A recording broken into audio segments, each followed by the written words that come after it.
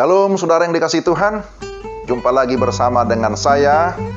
Dan kali ini saya akan menyampaikan satu renungan dari Amsal 16 ayat 32. Amsal 16 ayat 32. Orang yang sabar melebihi seorang pahlawan.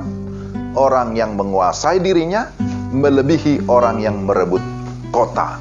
Itulah Amsal 16 ayat 32. Dan saya beri judul renungan hari ini, sabar dan kuasai diri. Saudara-saudara yang dikasihi Tuhan, selama kita masih hidup, masalah pasti tetap ada. Walaupun kita sudah sungguh-sungguh di dalam Tuhan, akan tetapi ketika kita di dalam Tuhan, Dia akan memberikan kita kekuatan untuk dapat menghadapi berbagai masalah. Amin. Dia berjanji untuk memberikan kita jalan keluar. Dengan demikian, kita tidak boleh dikuasai oleh kekhawatiran. Amsal 16 ayat 32 menjadi kunci penting bagi kita dalam menghadapi berbagai persoalan hidup. Pertama disebutkan di sana, sabar. Orang yang sabar melebihi seorang pahlawan. Pada umumnya, ketika ada persoalan, kita ingin segera mendapatkan jalan keluar. Kita selalu menginginkan jawaban yang instan, tidak pakai lama. Begitulah yang sering kita dengar. Kalau terlalu lama, atau seolah tidak ada titik terang, maka tidak heran banyak orang yang mencari jalan pintas. Kita mulai menghalalkan cara-cara yang tidak sesuai dengan firman Tuhan. Kita mulai kompromi dengan dosa. Pada saat yang sama, iblis pun turut memberi pengaruh yang tentu tujuannya mau menjatuhkan kita. Maka firman Tuhan mengajarkan kita untuk menjadi orang yang sabar. Orang sabar adalah orang yang tahan menderita.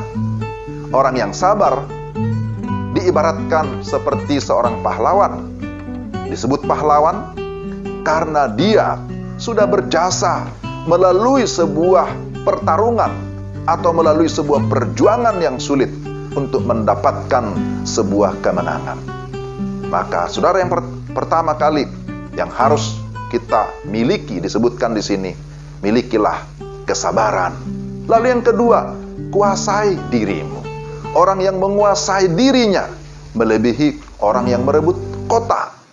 Seringkali dalam menghadapi masalah, kita cenderung berada dalam posisi yang tertekan. Hal ini mengakibatkan emosi kita menjadi naik, menjadi mudah marah. Orang yang di sekeliling kita pun mudah sekali kena efeknya kan?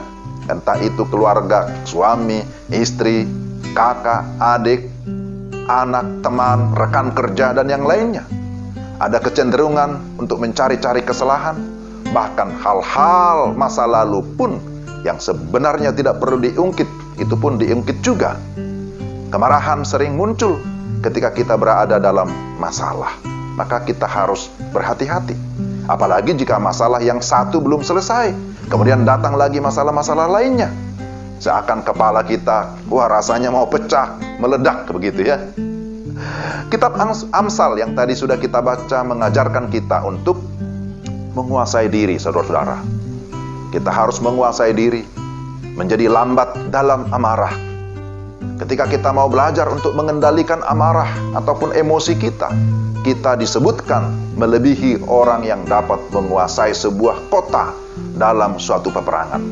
Sebagian besar keputusan yang kita ambil pada waktu kita emosi, pada waktu kita marah, adalah keputusan yang bisa berakibat buruk, bahkan fatal. Oleh karena itu, saudara-saudara, perlu sekali bagi kita untuk dapat mengendalikan emosi kita, untuk dapat menguasai diri kita. Jangan sampai kita mengambil keputusan yang akan disesali di kemudian hari. Amarah tidak akan membawa kepada penyelesaian masalah, melainkan akan menjadikan masalah semakin rumit.